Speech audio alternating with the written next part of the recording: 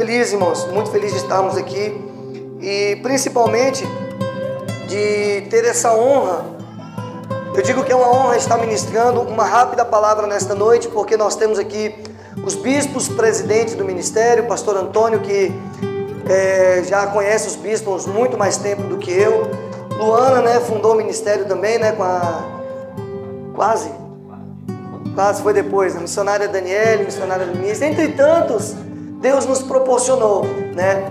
E eu vou dizer uma coisa que um amigo meu sempre fala para mim, que nós possamos ser como tem gente que sabe, como uma lesma, porque aonde nós passarmos, que nós possamos deixar o nosso rastro brilhoso para que outras pessoas possam ver.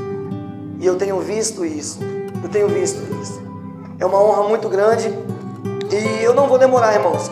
Eu quero que vocês abram a sua Bíblia no livro de Atos, capítulo 16. Aleluias. Livro de Atos, capítulo 16, versículo 5. Talvez para muitos mas foi um ano intenso, muito cheio de bênção, né, de vitórias, de lutas. Para alguns 2, 3. E eu aprendi uma coisa: não importa a quantidade de tempo. O que importa é a intensidade daquilo que Deus quer fazer nas nossas vidas. O tempo, Ele é o tempo, né? Então o tempo, Ele não vai dizer muito, mas aquilo que Ele quer fazer dentro de nós, a intensidade daquilo que Ele quer fazer dentro de nós, é para que outras vidas sejam transformadas, libertas, visitadas, curadas, em nome de Jesus Cristo. Livro de Atos, capítulo 16, não vou demorar, em nome de Jesus. Né, Adriano? É bênção. Capítulo 16 e versículo 5. É um texto que foi proposto e eu prometo que não vou me aprofundar tanto para ganharmos tempo. Atos 16, 5. Se diz assim: assim as igrejas eram fortalecidas na fé e cresciam em número cada dia. Assim eram fortalecidas na fé e cresciam em número cada dia. E quando nós lemos esse versículo, quando nós lemos esse texto, aí nós olhamos para a igreja, assim, para a nave da igreja, né? E nós vemos aquilo que Deus tem feito no decorrer dos anos, né? E as igrejas eram fortalecidas na fé e em número. A nossa maior missão aqui, a gente sempre fala isso, que não é pregar. A nossa missão aqui não é apenas pregar para uma multidão, mas é pregar para um que seja salvo. A multidão vai ser apenas, podemos dizer assim, uma surpresa da constante busca pelo Senhor, né? E quando nós olhamos o livro de Atos, que livro maravilhoso em ministrar em um dia como hoje de festividade de 12 anos. Porque quando nós falamos de 12 anos, nós lembramos aqui quando começou o ministério, quando começou o Santuário da Resposta. E quando nós lemos o livro de Atos, capítulo 16, se nós pegarmos o capítulo 1 até o último capítulo, nós iremos ver uma lição para a igreja atual. Uma lição de uma igreja que não parava de buscar, uma lição de uma igreja que não parava de interceder, uma igreja que não parava por nada, ainda que vinham seus açoites, ainda que vinham as perseguições, ainda que vinham os problemas, mas era uma igreja que decidiu caminhar com Cristo, era uma igreja que decidiu caminhar em frente aos problemas e saberia que a promessa da volta de Jesus iria se concluir na igreja. E é isso que nós aguardamos hoje. Se Jesus voltar hoje, foi 12 anos de ministério, mas que marcou muitos lugares por aí.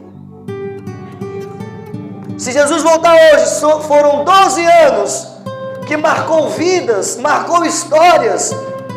E foi falado aqui Quantas pessoas se iniciaram conosco? Quantas pessoas se assentaram à mesa para comer conosco? Quantas pessoas foram nas nossas casas para poder pedir um aconselhamento e hoje não se encontra mais? Talvez porque saiu da presença, talvez porque foi para outro ministério, talvez porque não quis mais servir ao Senhor, ou talvez porque desceu à sepultura.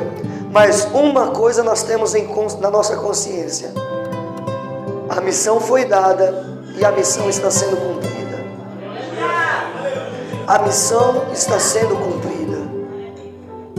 Quando nós olhamos o livro de Atos capítulo 16, se você olhar o capítulo 16 e o versículo 1 em diante aqui, vai falar sobre uma missão de Paulo, que Paulo estava indo agora ministrar na Ásia Menor.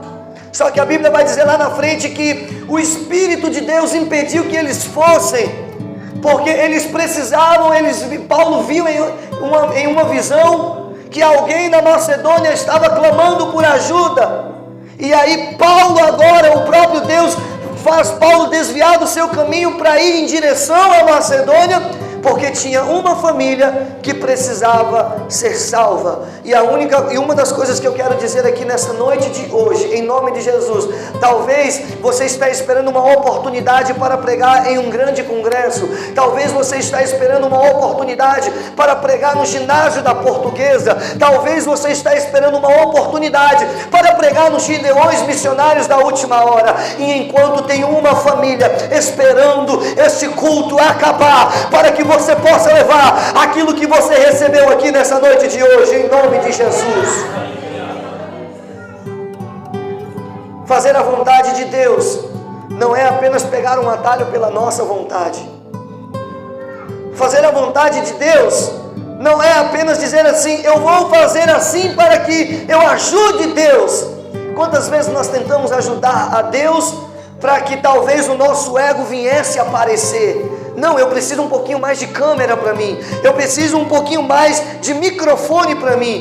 E quando na verdade nós não precisávamos disso, nós só precisávamos de ter um coração quebrantado diante do altar. Porque se você olhar, talvez tem pessoas aqui hoje que se você olhar para o lado, você vai dizer assim para ela: eu já orei por você para você estar aqui hoje, eu já pedi a Deus para que você estivesse aqui hoje. Será que tem ou não tem pessoas assim aqui? Porque a vontade de Deus, ela tem que prevalecer na minha e na sua vida. Sabe o que é interessante? Que hoje, no dia de hoje aqui, nós poderíamos ministrar tantas coisas, né? Olha, vai vir uma chave de um carro para você, vai vir uma chave de uma casa para você, mas não, o que tem que vir sobre a minha e sobre a tua vida é a plenitude do Espírito, porque foram 12 anos, mas nós precisamos, enquanto Jesus não voltar, permanecer, porque ainda tem 12 anos à frente, 10 anos, 50 anos, não importa o tempo, mas eu vou fazer enquanto eu estiver aqui, aleluias. O livro de Atos, capítulo 16, vai falar de uma viagem missionária. Agora deixa eu te falar uma coisa, fazer uma pergunta. O que você tem feito para que o reino de Deus venha crescer, expandir, né, bispo? O Cleison, Diácono Cleison, ele me falou uma coisa, e eu falei assim: rapaz, eu vou pegar uma carona nisso aí. E ele me disse assim: Rafa, se alguém procurasse provas para te prender, de que você serve a Deus, de que você busca por Jesus Cristo, será que essa pessoa encontraria provas o suficiente para te prender? Será que você consegue entender isso? Porque talvez na hora que vinha a perseguição, você vai dizer assim: não, eu não o conheço. Não, eu não o conheço. Não. E a questão, sabe o que é? Que as pessoas sabem quem você é. Porque um dia Pedro falou bem assim: não, eu não conheço. Conhece sim, que tu fala igual a ele, olha o que tu falando aí, até a voz é igualzinha. Ei, não tem como você sair mais da presença.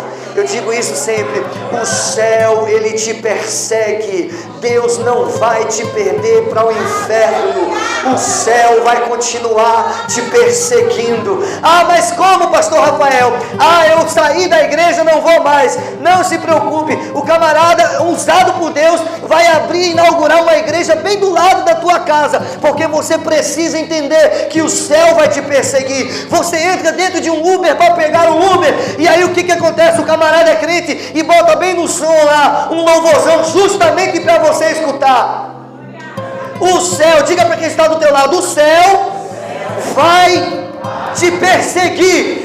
Não volte para trás.